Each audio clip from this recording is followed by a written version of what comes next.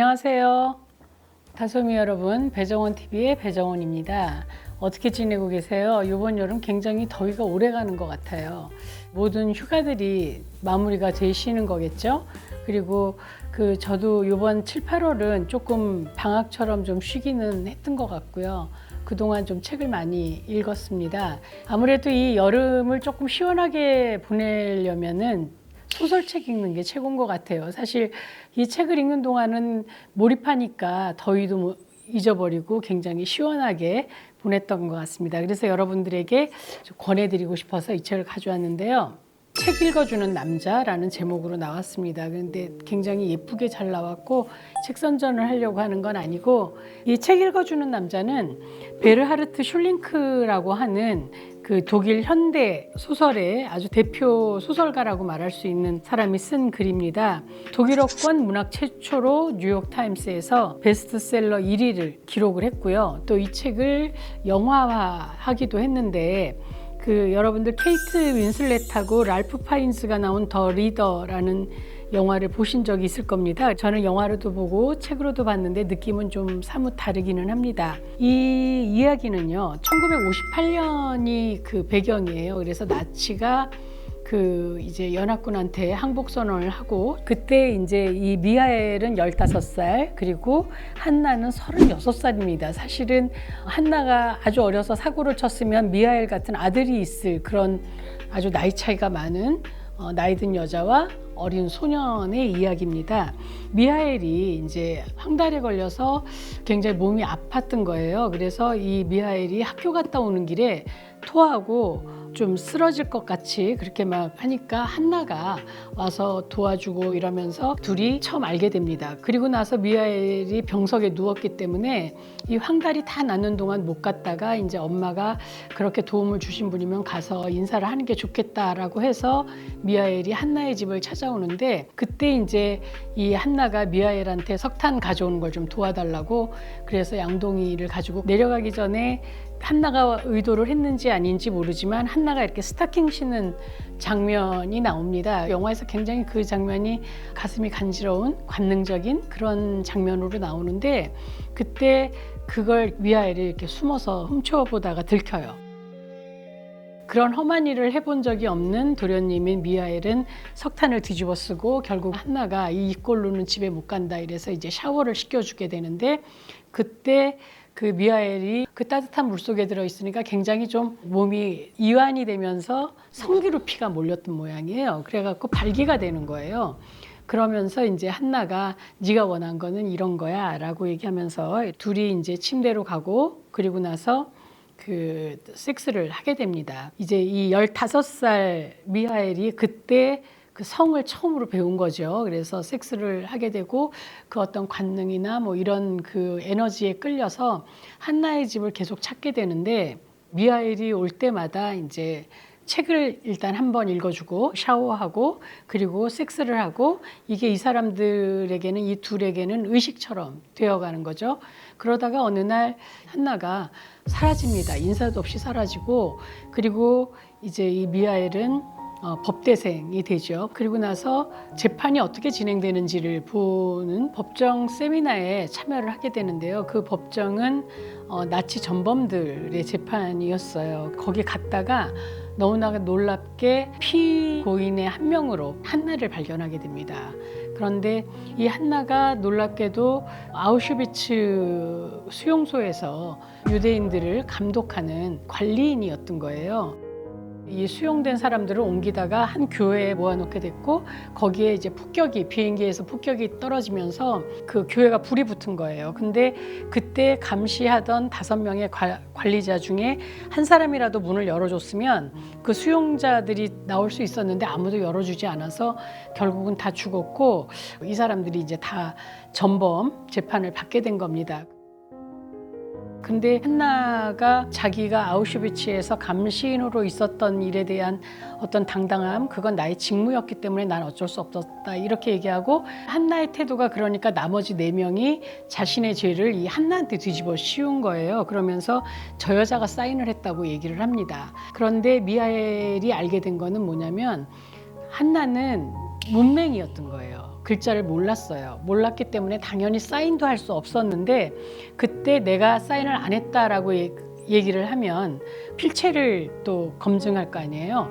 그러면서 자기가 글을 못 쓴다는 게 밝혀지니까 한나가 자기가 했다고 말을 해버립니다. 그러면서 자기랑 사귈 때 한나가 책을 읽어달라고 얘기했던 것들, 그게 이제 자기는 한나와 소통하는 어떤 문학적인 소통의 방법으로 책을 읽었다라고 생각했지만 한나는 정말 그게 어떤 지식적인 욕구였을 수도 있고, 그리고 책을 읽고 싶은 거였을 수도 있고, 문학적인 소통이었을 수도 있겠죠. 근데 어쨌든 한나는 들키고 싶지 않았던 비밀인 거예요. 그래서 미하엘이 이제 그 판사한테 가서 저 여자가 사실은 글을 모른다, 못 쓴다라고 얘기하면 죄가 좀 가벼워질 수도 있죠. 근데 미하엘이 고민해요. 그걸 정말 한나가 원할까? 라고 생각하면서 결국 말하지 않습니다. 그래서 한나는 거의 종신형에 처해지게 되고, 그리고 이제 그 미하엘은 결혼하고 그리고 딸 하나를 낳고 그렇게 살았는데, 미하엘이 처음 섹스를 배운 사람은 한나였어요. 그래서 이 미하엘에게 모든 섹스의 기준은 한나인데, 한나는 나이 든 여자이기 때문에 미하엘과의 섹스에서 굉장히 주도적이고 거칠 것이 없었던 거죠. 그런 섹스를 경험했던 미하엘이 자기 또래의 여자나 혹은 섹스에 대해서 별로 그렇게 그 욕구가 강렬하지 않은 그런 아내와의 그런 관계에서 당연히 좀 미진하고 그리고 재미없고, 그리고 그러다 보니까 인간적인 친밀감을 쌓기가 어렵고, 이래서 결국은 이혼을 하게 된 겁니다. 그 후에 이제 다시 또 소식을 알게 돼요. 그래서 한나가 어느 감옥에 갇혀 있고, 그리고 미하엘은 또 그녀가 문맹이라는 걸 밝히지 않기 위해서, 자신의 자존심을 지키기 위해서 그 감옥에 들어간 걸 알고 있기 때문에 자기가 아무것도 안 한 것에 대한 죄책감 같은 게 좀 있었겠죠. 그래서 녹음기와 그리고 많은 책들을 읽어서 녹음 테이프로 해서 이렇게 한지를 계속 보내게 됩니다. 그래서 한나가 그걸 통해서 글을 배우고 편지를 써요. 꼬마야 고맙다 이렇게 보내는데, 그래서 어쨌든 한나가 모범수로 그 살면서 나오게 되지만, 그래서 이렇게 책을 읽으시라고 해놓고 제가 이렇게 줄거리를 다 꼼꼼히 얘기를 해드렸네요. 근데 한번 읽어보시면 좋을 것 같아요. 그 책을 읽으면서 그 문장 하나하나에 그 숨어있는 의미, 그리고 그때 말하는 배경, 뭐 그때의 분위기, 이런 것들을 느끼면 인간에 대한 생각을 좀 더 많이 하게 되거든요. 여러분하고 말할 수 있으면 그런 것도 묻고 싶어요. 여러분들한테 첫사랑은 어떤 의미였는지, 그리고 또 인간의 어떤 자존심이나 혹은 나의 약점을 사랑하는 사람 앞에서 이렇게 드러내는 것에 대해서 우리는 용기를 가질 수 있는지, 그런 것들도 좀 얘기를 하고 싶고, 그리고 이제 저는 어쨌든 성 전문가니까 이 15살 소년이 36살 여자와 섹스를 하면서 배우게 된 그 섹스의 기본에 대한 생각을 안 할 수가 없는 거예요. 지금은 뭐 그런 일이 거의 없을 거예요. 왜냐하면 이제는 어린 소년한테 그렇게 하면 그거는 성폭행, 아동 성학대가 되기 때문에 그렇게 안 할 거고, 예전에는 뭐 그렇게 막 어른이 아이에게라기보다는 왜 동네의 나이 많은 누나한테 당한 소년들이 되게 많더라고요. 그래서 그렇게 해서 첫 경험을 알게 되면, 그 여기 이제 책에서도 미하엘이 그런 얘기를 하거든요. 그녀와 나는 성관계를 하면서 여자를 알게 됐기 때문에 그 또래의 소녀들한테 전혀 신비감이 없었다는 거예요. 그래서 소녀들이 오히려 이 쿨한 미하엘한테 굉장히 호감을 느꼈다, 이런 얘기를 합니다. 여자한테 섹스를 배우는 것이 남자한테 배우는 것보다는 훨씬 더 여성 취향에 맞지 않았을까? 그래서 여성들한테 더 인기 있는 어떤 그런 것이 되지 않았을까 하는 생각을 해요. 물론 그렇게 하시라는 건 절대로 아닙니다. 이건 큰일 나는 범죄 행위고요.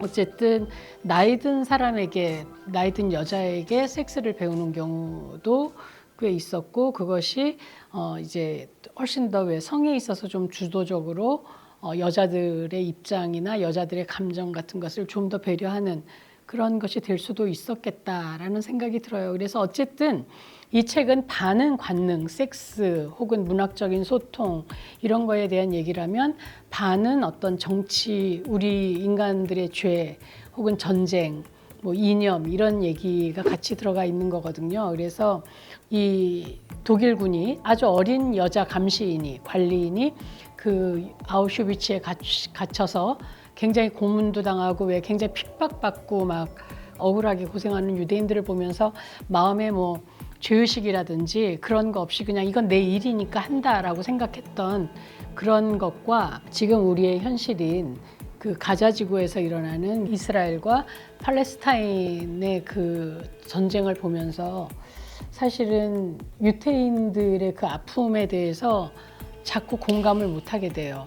그전에는 아우슈비츠의 고통이라든지 그 사람의 악함이라든지 이런 것들에 대해서 굉장히 일관된 생각을 할 수 있었는데 지금은 그 피해자가 다시 가해자가 돼서 폭격을 퍼붓고 땅을 빼앗고 전기를 안 주고 굶어 죽는 그 팔레스타인의 아이들과 가자의 국경 없는 의사회라든지 그런 구호시설에서 일하시는 분들의 희생을 보면서 우리는 정말 어디까지 악하고 어디까지 악의 명분을 세우는 존재들일까 하는 생각을 해봤습니다. 어떠세요, 여러분?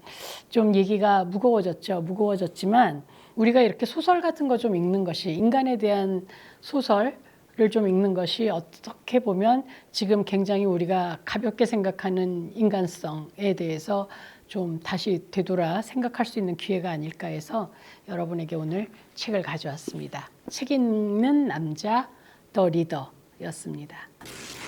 여러분 구독과 좋아요 꼭 눌러주시고요. 알림 설정까지 부탁드립니다. 여러분들이 댓글에 그 나의 첫사랑은 나한테 어떤 영향을 미쳤나, 내 첫사랑은 어땠었나를 좀 써서 보내주시면 그거 가지고 재밌게 읽어보고 또 다음 영상에 한번 반영해서 만들어 보겠습니다. 감사합니다.